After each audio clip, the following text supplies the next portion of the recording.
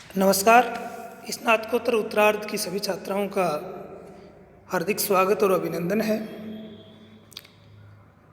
भाषा विज्ञान की इस वीडियो श्रृंखला में हमने पूर्व में हिंदी भाषा, उसकी बोलियों का परिचय, उद्भव और विकास के बारे में जाना। 5वीं इकाई है जो लिपि से संबंधित है। इसमें लिपि की परिभाषा, लिपि किसे कहते हैं, भाषा और लिपि में क्या संबंध है और विभिन्न प्रकार की जो लिपियां हैं वो विकसित होती हुई आज इस स्थिति में पहुंची हैं, उनकी क्या विशेषताएं रही हैं और कब से उसका विकास प्रारंभ हुआ और कब तक के हुआ है, इन स्थितियों का। इसके साथ ही हमारे भारत की जो देवनागरी लिपि है, उस देवनागरी लिपि का उद्भव और विकास कैसे हुआ, उसका नामकरण कैसे पड़ा, जो विकास की सतत जो प्रक्रिया है वो किस प्रकार से रही, और उसके बाद जो देवनागरी लिपि है उसके गुण क्या हैं, उसकी विशेषताएं क्या हैं, कमियां क्या हैं, और समय समय पर जो विभिन्न संशोधन हुए हैं, ये हमें इस इकाई में पढ़ना है। तो सर्वप्रथम आज हमारे समक्ष जो आज का जो छोटा सा विषय है वो है लिपि किसे कहते हैं, लिपि को किस प्रकार से परिभाषित किया जा सकता है और भाषा और लिपि में क्या संबंध है। तो हम कह सकते हैं कि विचारों के आदान प्रदान के लिए भाषा जितनी आवश्यक है, लिपि भी उतनी आवश्यक है, क्योंकि भाषा ध्वनि पर आधारित है और ध्वनियाँ ही उच्चरित होती हैं, सुनी जाती हैं।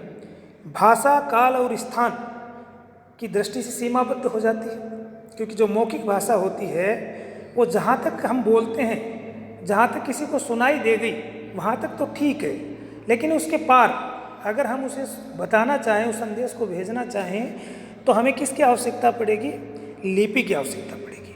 इसलिए भाषा के रूप को सुरक्षित करने के लिए लिपि का विकास हुआ। हमारे विचारों के आदान प्रदान के लिए, हमारे संदेशों को सुरक्षित करने के लिए, हमारी बात को रखने के लिए लिपि का विकास हुआ। अर्थात यूँ कह सकते हैं हम कि लिपि की अगर परिभाषा हम करें तो कह सके ध्वनियों के लिखित चिन्हों को लिपि कहते हैं, क्योंकि भाषा में मूल होते हैं ध्वनियाँ और ध्वनियों के संयोग से बनते वर्ण। जो वर्ण चिन्ह होते हैं वो लिपि चिन्ह होते हैं, क्योंकि ध्वनि तो उच्चरित की जाती है और जब उनका लिखित जो रूप होता है उसको हम क्या कहते हैं, लिपि चिन्ह कहते हैं, और इन्हीं लिपि चिन्हों से लिपि बनती है। तो इसमें स्पष्ट रूप से हम कह सकते हैं कि ध्वनियों के लिखित चिन्हों को हम लिपि कह सकते हैं। हम देख सकते हैं कि किस प्रकार से कि किसी भी भाषा की लिखावट या लिखने का ढंग, विस्तृत रूप से अगर बात करें तो किसी भी भाषा की लिखावट या लिखने का ढंग, ध्वनियों के लिखने के लिए जिन चिन्हों का प्रयोग किया जाता है वही लिपि कहलाती है। लिपि और भाषा दो अलग अलग चीज़ें होती हैं, एक नहीं होती, दोनों एक दूसरे की पूरक होती हैं। तो कहते हैं कि लिपि और भाषा दोनों अलग अलग चीज़ें होती हैं। भाषा वो चीज़ होती है जो बोली जाती है, लिखने को तो उसे किसी भी लिपि में लिखा जा सकता है। अगर व्यक्ति कोई उच्चरित करता है अपनी बात को, उसको रोमन लिपि में भी लिखा जा सकता है, नागरी लिपि में भी लिखा जा सकता है, फारसी लिपि में भी लिखा जा सकता है। इसलिए किसी एक भाषा को उसकी सामान्य लिपि से दूसरी लिपि में लिखना, इस तरह की वास्तविक अनुवाद न हुआ हो, इसे लिप्यंतरण कहते हैं। यानी कि हम कह सकते हैं कि जो ध्वनियाँ होती हैं और ध्वनियों के समूह को हम भाषा कहते हैं, इन्हें ध्वनियों के लिखित जो चिन्ह होते हैं उनको हम लिपि कहते हैं। इसलिए भाषा के साथ साथ लिपि का जब विकास हुआ तभी हमारे इतिहास, हमारी संस्कृति से संबंधित विभिन्न जो हमारे विचार या समय समय पर जो इतिहास रहा है वो संरक्षित हो पाया। इसलिए लिपि का महत्व बहुत ज़्यादा है। उसके बाद दूसरा जो प्रकरण है आज का हमारा, वो है भाषा और लिपि में संबंध, कि भाषा और लिपि में क्या संबंध है। सीधे तौर पर हम कह सकते हैं कि लिपि और भाषा में बड़ा घनिष्ठ संबंध होता है, एक दूसरे के पूरक होते हैं, एक दूसरे के अन्योन्याश्रित होते हैं, क्योंकि भाषा के बिना, लिपि के बिना भाषा का कोई महत्व नहीं है और भाषा के बिना लिपि का कोई महत्व नहीं है। अगर भाषा ही नहीं होगी, अगर उच्चारण ही नहीं होगा तो लिपि किस चीज़ की बनेगी। और अगर भाषा होगी और उसकी लिपि नहीं होगी तो वो सुरक्षित, उसका रूप सुरक्षित कैसे रह पाएगा, वो व्याकरणबद्ध कैसे हो पाएगी। इसलिए भाषा और लिपि दोनों में ही बड़ा घनिष्ठ संबंध है। यूँ कह सकते हैं कि भाषा प्रथम चरण होता है लिपि, और लिपि उसका दूसरा चरण होता है, क्योंकि भाषा अपने मूल रूप में ध्वनियों पर आधारित होती है और लिपि में उन ध्वनियों को रेखाओं द्वारा व्यक्त करते हैं, यानी कि रेखात्मकता की दृष्टि से, कहीं चित्र शैली के रूप में, कहीं भावात्मक लिपि के रूप में हम उन भावों को या उन विचारों का आदान प्रदान करते हैं। भाषा और लिपि का प्राकृतिक एवं सहज संबंध नहीं होता है, सहजात संबंध नहीं होता, यूँ कह सकते हैं। सहजात संबंध वो होता है जो जन्मजात, क्योंकि भाषा भी यादृच्छिक होती है, यानी कि बच्चा जब जन्म लेता है तो माँ के पेट से, गर्भ से वो सीख के नहीं आता है। हमारे सामाजिक परिवेश में रह करके वो भाषा सीखता है। अगर वो अंग्रेजी परिवेश में रहता है अंग्रेजी बोलेगा, हिंदी परिवेश में रहता है हिंदी बोलेगा, मारवाड़ी परिवेश में रहेगा तो मारवाड़ी बोलेगा। इसलिए भाषा क्या है, यादृच्छिक है, और उसी भाषा के अनुरूप वो लिपि का प्रयोग करेगा। इसलिए दोनों में किसी प्रकार का सहजात संबंध नहीं होता है। लिपि का विकास भाषा के विकास के हजारों साल बाद हुआ। पहले भाषा बनी, भाषा विकसित हुई, फिर उस भाषा को सुरक्षित कैसे रखा जाए, उसके विचारों को सुरक्षित कैसे रखा जाए, उसके बाद लिपि बनी। आज भी अनेक आदिवासी भाषाएं हैं जिनकी कोई लिपि नहीं है, विकसित नहीं है, क्योंकि वो भाषाएं बोलियों के रूप में प्रयुक्त होती हैं, उनका निश्चित रूप से कोई स्वरूप नहीं है, व्याकरण नहीं है। अतः बिना लिपि के भाषा हो सकती है, किंतु बिना ध्वनि प्रतीकों के भाषा नहीं हो सकती। लिपि के बिना भाषा का अस्तित्व है, लेकिन ध्वनियों प्रतीकों के बिना भाषा का कोई महत्व नहीं होता। उदाहरण के लिए आप देख सकते हैं, तो ध्वनि को भाषा की त्वचा कह सकते हैं, जबकि लिपि को भाषा के कपड़े।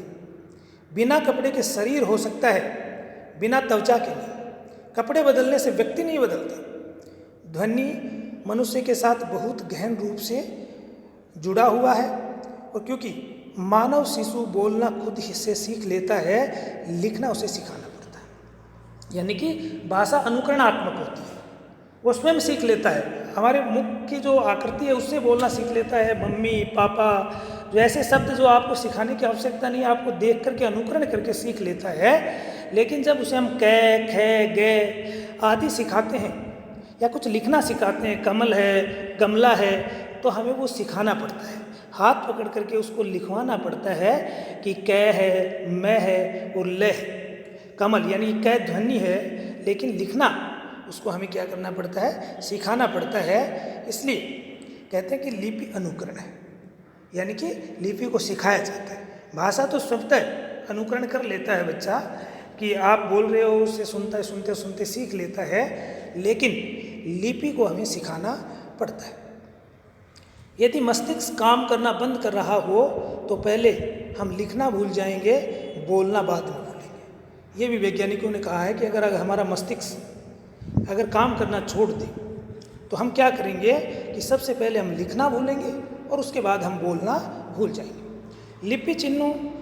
लिपि चिन्ह ध्वनियों या अक्षरों के प्रतीक होते हैं।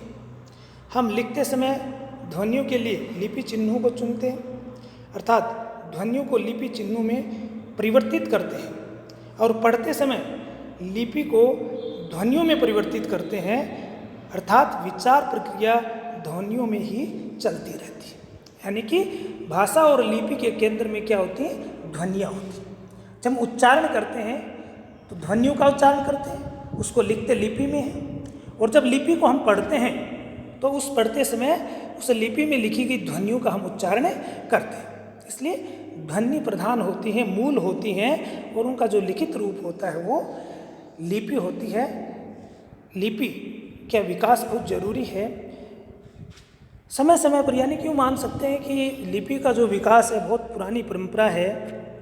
लगभग लोग मानते हैं कि 4000 ईस्वी पूर्व लिपि का विकास प्रारंभ हुआ, और ये जो प्रक्रिया चली, लोग कहते हैं 10,000 ईस्वी पूर्व से लेकर के 4000 ईस्वी पूर्व के बीच में जो 6000 वर्ष ईस्वी का जो समय था, उसमें प्रक्रिया चलती रही।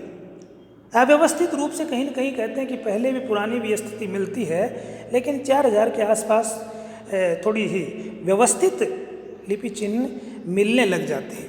इसलिए लिपि के विकास का जो सतत जो प्रक्रिया रही है उसमें अनेक लिपियों का योगदान रहा है। जैसे चित्रलिपि है, चित्रलिपि के बाद सूत्र लिपि बनी, सूत्र लिपि से प्रतीकात्मक लिपि है, फिर भावमूलक लिपि है, भाव ध्वनि मूलक लिपि है, ध्वनि मूलक लिपि है, फिर अक्षरिक लिपि है, वर्णिक लिपि है।